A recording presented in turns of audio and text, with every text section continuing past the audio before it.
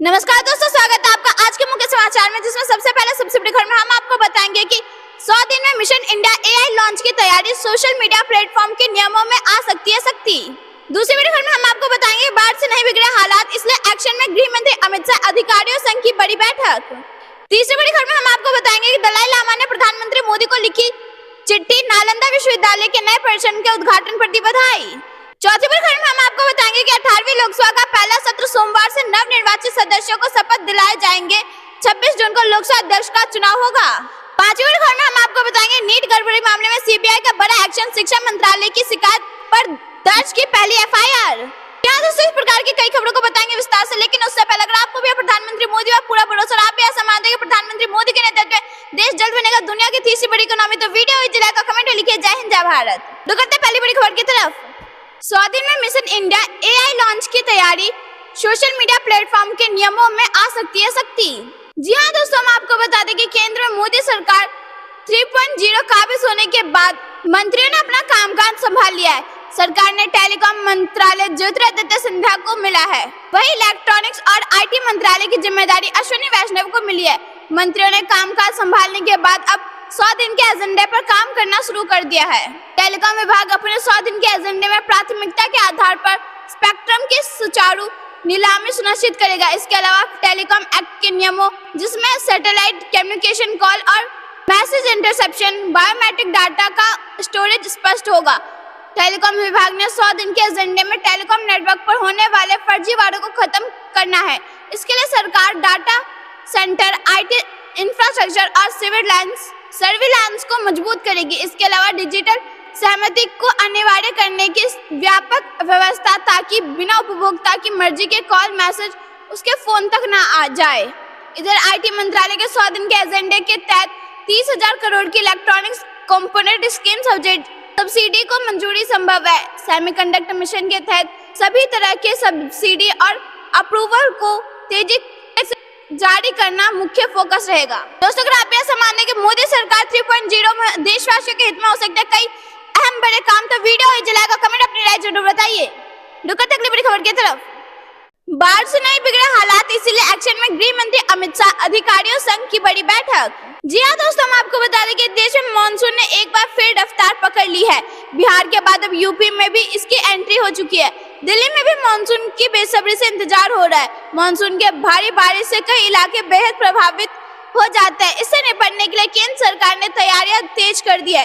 केंद्रीय गृह मंत्री अमित शाह एक्टिव हो गए। उन्होंने दिल्ली में उच्च स्तरीय बैठक की। देश में बाढ़ प्रबंधन की तैयारियों की समीक्षा के लिए उन्होंने दिल्ली में उच्च स्तरीय बैठक की। इस दौरान गृह मंत्री अमित शाह ने बाढ़ से निपटने की तैयारियों का जायजा लिया। उन्होंने अधिकारियों को जरूरी दिशा निर्देश भी दिए। हर साल मानसून की बारिश के कारण विभिन्न नदियों के जल स्तर में वृद्धि के चलते बिहार, असम और अन्य पूर्वी राज्यों के कई क्षेत्र जलमग्न हो जाते हैं। उत्तराखंड, हिमाचल प्रदेश, सिक्किम और कुछ अन्य राज्यों में भी मानसून के दौरान भूस्खलन और बारिश से जुड़ी समस्याएं देखने को मिलती है। तमिलनाडु, केरल और जम्मू कश्मीर में हाल के वर्षों में बाढ़ आई। ऐसे हालात से निपटने को लेकर अमित शाह ने अहम बैठक की। रुकते अगली बड़ी खबर की तरफ। दलाई लामा ने प्रधानमंत्री मोदी को चिट्ठी लिखकर नालंदा विश्वविद्यालय के नए परिसर के उद्घाटन पर दी बधाई। जी हाँ दोस्तों, हम आपको बता दें कि तिब्बती धर्मगुरु दलाई लामा ने नालंदा विश्वविद्यालय के नए परिसर के उद्घाटन पर हर्ष व्यक्त करते हुए प्रधानमंत्री नरेंद्र मोदी को पत्र लिखा है। प्रधानमंत्री मोदी ने हाल ही में बिहार के राजगीर में नालंदा विश्वविद्यालय के नए परिसर का उद्घाटन किया था। यह कैंपस प्राचीन नालंदा विश्वविद्यालय के खंडहरों से करीब 20 किलोमीटर दूर स्थित विश्वविद्यालय के ऐतिहासिक महत्व को रेखांकित करते हुए दलाई लामा ने लिखा कि यह पूर्व में चमकते सूर्य की तरह है। उन्होंने प्रधानमंत्री मोदी को लिखे पत्र में कहा, शैक्षणिक केंद्र के रूप में मूल नालंदा विश्वविद्यालय कठोर अध्ययन, चर्चा और वाद विवाद पर आधारित शिक्षा नालंदा में एशिया भर से दूर दूर से छात्रों को आकर्षित किया। दर्शन, विज्ञान, गणित और चिकित्सा के अलावा विद्यार्थियों ने अहिंसा और करुणा की सदियों पुरानी भारतीय परंपरा के बारे में सीखा, जो आज की दुनिया में न केवल प्रासंगिक है बल्कि आवश्यक भी है। तिब्बती धर्मगुरु ने आगे लिखा कि इन सकारात्मक गुणों के अलावा नालंदा के छात्रों ने मन और भावनाओं के कामकाज की गहन समझ विकसित की, जो शांति, समझ और अंतर्दृष्टि विपश्यना विकसित करने के लिए पारंपरिक भारतीय ध्यान प्रथाओं से उत्पन्न हुई थी। मेरा मानना है कि जिस तरह से नालंदा ने इन गुणों को तर्क और कारण के संदर्भ में प्रस्तुत किया है, उसका अर्थ है कि उन्हें मानवता के व्यापक लाभ के लिए आधुनिक शिक्षा के साथ आसानी से जोड़ा जा सकता है। अगर आप यह नालंदा विश्वविद्यालय के उद्घाटन से खुश तो वीडियो नीचे लाइक और कमेंट अपनी राय जरूर बताइए। बड़ी खबर की तरफ 18वीं लोकसभा का पहला सत्र सोमवार से नवनिर्वाचित सदस्यों को शपथ दिलाई जाएगी। 26 जून को लोकसभा अध्यक्ष का चुनाव होगा। जी हाँ दोस्तों, हम आपको बता दें कि 18वीं लोकसभा का पहला सत्र सोमवार से शुरू हो रहा है, जिसमें नवनिर्वाचित सदस्यों को शपथ दिलाई जाएगी, जिसके बाद 26 जून को लोकसभा अध्यक्ष का चुनाव होगा और 27 जून को राष्ट्रपति द्रौपदी मुर्मू दोनों सदनों की संयुक्त बैठक को संबोधित करेंगी। भारतीय जनता पार्टी के नेता एवं 7 बार के सांसद भर्तृहरि महताब को संसद के निचले सदन का अस्थायी अध्यक्ष नियुक्त किए जाने के कारण सत्र के दौरान लोकसभा में शोरगुल होने के आसार है। महताब को अस्थायी अध्यक्ष बनाए जाने के विपक्ष ने कड़ी आलोचना की और आरोप लगाया कि सरकार ने इस पद के लिए कांग्रेस सांसद के सुरेश के दावे को अनदेखी की। राष्ट्रपति द्रौपदी मुर्मू सोमवार को राष्ट्रपति भवन में महताब को लोकसभा के अस्थायी अध्यक्ष के रूप में शपथ दिलाएंगे। इसके बाद महताब संसद भवन में पहुंचेंगे और 11 बजे लोकसभा की कार्यवाही शुरू होगी। दोस्तों, अगर आप ऐसा मानते हैं कि 18वें लोकसभा सत्र में देशवासियों के हित में लिए जाएंगे कई अहम फैसले, तो वीडियो लाइक और कमेंट में राय जरूर बताइए। अगली बड़ी खबर की तरफ नीट गड़बड़ी मामले में सीबीआई का बड़ा एक्शन, शिक्षा मंत्रालय की शिकायत पर दर्ज की पहली एफआईआर। जी हाँ दोस्तों, हम आपको बता दें कि नीट को लेकर छिड़े घमासान के बाद सरकार ने इसकी जांच सीबीआई को सौंप दी थी। इस मामले में लगातार स्टूडेंट्स विरोध जता रहे हैं। वहीं अब नीट परीक्षा मामले को लेकर सीबीआई एक्शन मोड में आ गई है। सीबीआई ने नीट यूजी में कथित अनियमितताओं के संबंध में एफआईआर दर्ज की है। इसकी जानकारी अधिकारियों के हवाले से सामने आई। वहीं राज्यों ने जो आरोपी गिरफ्तार किए उन्हें भी कस्टडी में लाया जाएगा। इससे एक दिन पहले केंद्र ने घोषणा की थी कि परीक्षण में कथित अनियमितताओं की जांच एजेंसी को सौंपी जाएगी। अधिकारियों ने बताया कि सीबीआई ने केंद्रीय शिक्षा मंत्रालय की शिकायत पर अज्ञात लोगों के खिलाफ नया मामला दर्ज किया है। करीब 24 लाख छात्रों ने मेडिकल प्रवेश परीक्षा दी है। उन्होंने कहा कि मंत्रालय के कथित कदाचार की जांच की मांग को लेकर कई शहरों में प्रदर्शन कर रहे छात्रों की मांग माननी पड़ी।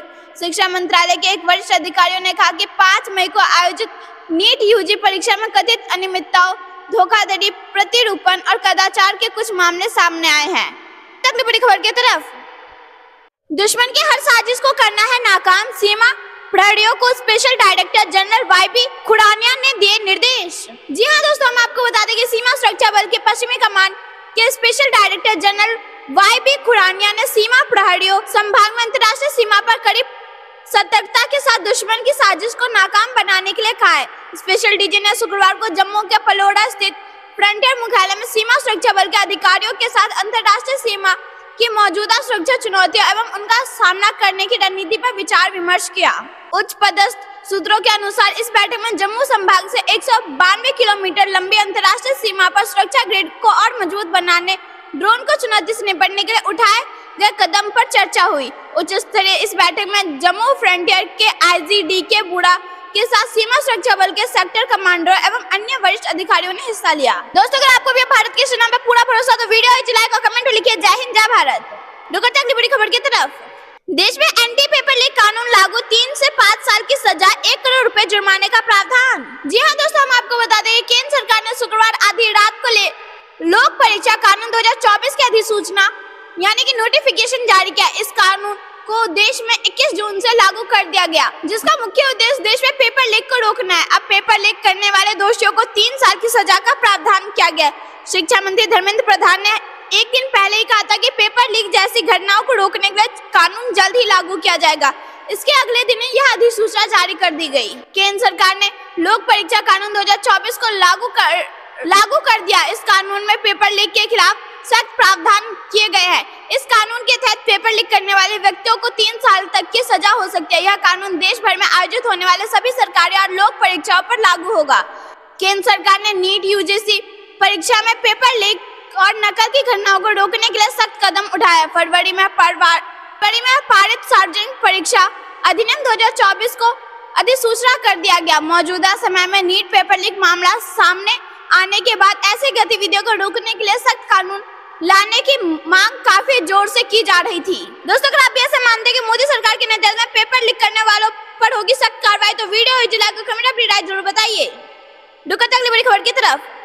प्रधानमंत्री मोदी बोले बांग्लादेश के साथ पूरे किए कई प्रोजेक्ट। शेख हसीना ने कहा भारत हमारा प्रमुख पड़ोसी। जी हाँ दोस्तों, हम आपको बता दें कि 2 दिवसीय राजकीय यात्रा पर भारत पहुंची बांग्लादेश के प्रधानमंत्री शेख हसीना और प्रधानमंत्री मोदी के बीच दिल्ली स्थित हैदराबाद हाउस में द्विपक्षीय चर्चा हुई। इससे पहले प्रधानमंत्री मोदी ने शेख हसीना का राष्ट्रपति भवन में स्वागत किया था, जहां दोनों नेताओं ने एक दूसरे देश के मंत्रियों से मुलाकात की थी। बैठक के बाद विदेश मंत्रालय की ओर से बताया गया है कि प्रधानमंत्री नरेंद्र मोदी और बांग्लादेश के पीएम शेख हसीना ने दोनों देशों के बीच ऐतिहासिक संबंधों को और गहरा करने के लिए बातचीत की। इस दौरान विकास, साझेदारी, ऊर्जा, जल संसाधन, व्यापार, रक्षा सहयोग को लेकर चर्चा हुई। द्विपक्षीय वार्ता के बाद दोनों नेताओं ने संयुक्त प्रेस बयान जारी किया। समाचार एजेंसी ANI के अनुसार प्रधानमंत्री मोदी ने कहा कि बांग्लादेश हमारे neighbourhood first policy, east policy, vision Sagar और इंडो पैसिफिक विजन में हमारे साथ संगम रखता है। पिछले 1 साल में लोक कल्याण की कई महत्वपूर्ण परियोजनाएं पूरी की है। प्रधानमंत्री मोदी ने आगे कहा कि दोनों देशों के बीच भारतीय रुपए में व्यापार शुरू हो गया। भारत और बांग्लादेश के बीच गंगा नदी पर दुनिया की सबसे लंबी रिवर क्रूज सफलतापूर्वक पूरी की गई है। दोस्तों, अगर आप ऐसा मानते हैं प्रधानमंत्री मोदी और बांग्लादेश के प्रधानमंत्री शेख हसीना के मुलाकात में हुए कई सारे समझौतों पर हस्ताक्षर, तो वीडियो जलाकर कमेंट अपनी राय जरूर बताइए। 2-3 महीने में मणिपुर का समाधान लाएगी नई मोदी सरकार, सीएम ने की घोषणा, एक्शन में गृह मंत्री। जी हाँ दोस्तों, हम आपको बता दें कि मणिपुर के मुख्यमंत्री एन बीरेन सिंह ने शुक्रवार को कहा कि राज्य में जातीय अशांति को दूर करने के लिए मोदी सरकार 3.0 जल्द ही एक कार्य योजना बनाएगी। उन्होंने कहा कि राज्य में चल रहे संकट का समाधान 2 से 3 महीने में हो सकता है। सीएम ने शुक्रवार को इम्फाल के खुमान लंपक इंडोर हॉल में आयोजित अंतर्राष्ट्रीय योग दिवस 2024 समारोह के दौरान यह बयान दिया। बीरेन सिंह ने आगे कहा कि हिंसा हर जगह है, मणिपुर में भी है, लेकिन इसमें कमी आई है। हालांकि सीमांत इलाकों में कुछ छिटपुट गोलीबारी हुई, लेकिन अन्य जगह पर स्कूल, सरकारी प्रतिष्ठान, बाजार और व्यवसाय पूरे राज्य में खुल रहे, जो सामान्य स्थिति की ओर लौटने का संकेत है। उन्होंने कहा कि मणिपुर में वास्तविक संकट केवल 6-7 महीने तक रहा, लेकिन मणिपुर में 14 महीनों से अशांति है। जिरीबाम हिंसा के बारे में मुख्यमंत्री ने माना कि हिंसा सुरक्षा व्यवस्था की कमी के कारण हुई। उन्होंने कहा कि सीमावर्ती जिले में कानून व्यवस्था की स्थिति में सुधार हुआ, क्योंकि लोग गए सभी सुरक्षा कर्मियों को संवेदनशील क्षेत्रों में फिर से तैनात किया गया है। असम के कछार जिले सोडोक अंटीगंबी खुनो गांव के 59 वर्षीय किसान की 6 जून को हत्या के बाद जिरीबाम जिले में हिंसा की ताजा घटनाएं भड़क उठी। दोस्तों, अगर आप ऐसा मानते हैं कि प्रधानमंत्री मोदी के नेतृत्व में मणिपुर में जल्द उगेगा शांति का सूर्य, तो वीडियो ही जलाकर कमेंट अपनी राय जरूर बताइए। रुकते अगली बड़ी खबर की तरफ। राज्यों और केंद्र शासित प्रदेशों के वित्त मंत्रियों से मिली वित्त मंत्री निर्मला सीतारमण, लिया बजट 2024-25 पर सुझाव। जी हाँ दोस्तों, हम आपको बता दें कि केंद्रीय वित्त मंत्री निर्मला सीतारमण ने आगामी केंद्रीय बजट 2024-25 पर सुझाव लेने के लिए सभी राज्यों और विधानमंडल वाले केंद्र शासित प्रदेशों के वित्त मंत्रियों के साथ बजट पूर्व बैठक करी है। इससे पहले वित्त मंत्री ने नई दिल्ली स्थित भारत मंडपम में सभी राज्यों और केंद्र शासित प्रदेश के वित्त मंत्रियों के साथ मुलाकात की। अमित शाह दिल्ली के IGI एयरपोर्ट पर हवाई यात्रियों के लिए लॉन्च करेंगे एक खास सुविधा, आसान हो जाएगा सफर। जी हाँ दोस्तों, हम आपको बता दें कि केंद्रीय गृह मंत्री अमित शाह राजधानी दिल्ली में इंदिरा गांधी अंतर्राष्ट्रीय हवाई अड्डा यानी कि IGI एयरपोर्ट पर fast track immigration traveller programme का उद्घाटन करेंगे। इसके जरिए विमान यात्रा के अनुभव में क्रांतिकारी बदलाव से सफर को तेज, आसान और अधिक सुरक्षित बनाया जा सकेगा। अमित शाह गुजरात से आने के बाद तुरंत इसका उद्घाटन करेंगे। FTI-TTP केंद्र सरकार द्वारा भारतीय नागरिकों और प्रवासी भारतीय कार्ड धारकों के लिए सोच समझकर तैयार की गई एक दूरदर्शी पहल है। इसका उद्देश्य आपके यात्रा अनुभव में क्रांतिकारी बदलाव लाना और इसे तेज, आसान एवं अधिक सुरक्षित बनाना है। यह पहले सभी के लिए यात्रा सुविधाजनक और दक्षता बढ़ाने के लिए सरकार की प्रतिबद्धता को दर्शाती है। पात्र व्यक्तियों को ऑनलाइन आवेदन करना होगा और आवेदन पत्र में मांगी गई अन्य आवश्यक जानकारी के साथ अपना बायोमेट्रिक डिटेल जमा करने होंगे। आवश्यक सत्यापन और पात्रता की पुष्टि होने के बाद FTI के तहत पंजीकरण पूरा हो जाएगा।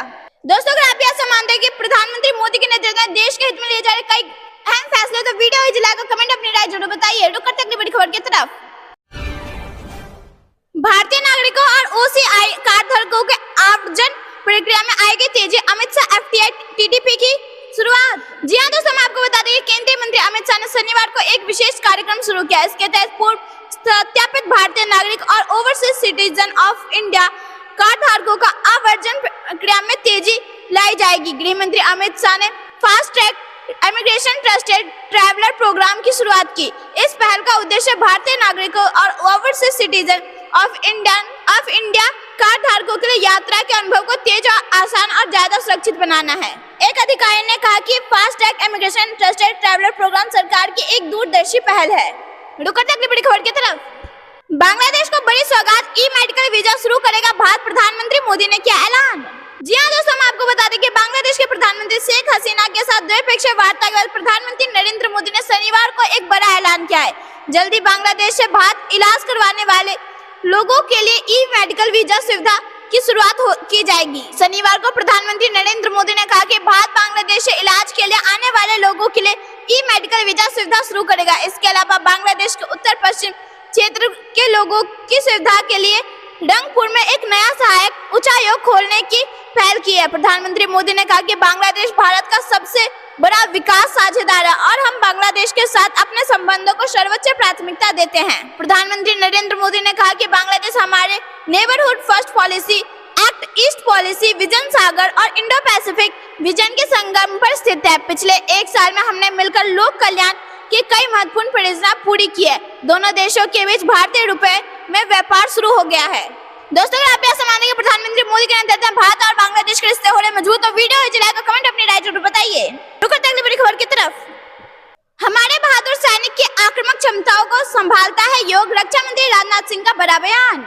जी हाँ दोस्तों, हम आपको बता दें कि रक्षा मंत्री राजनाथ सिंह ने शुक्रवार को उत्तरकाशी के मथुरा में एक कोर में सैनिकों के साथ विभिन्न आसन और श्वास अभ्यास करके 10वें अंतर्राष्ट्रीय योग दिवस को मनाने में सशस्त्र बलों का नेतृत्व किया। इस कार्यक्रम में सेना अध्यक्ष जनरल मनोज पांडे और एक कोर के general officer commanding lieutenant general Sanjay Mitra के साथ वरिष्ठ अधिकारियों, अग्निवीरों, परिवारों और बच्चों सहित 600 लोग शामिल हुए।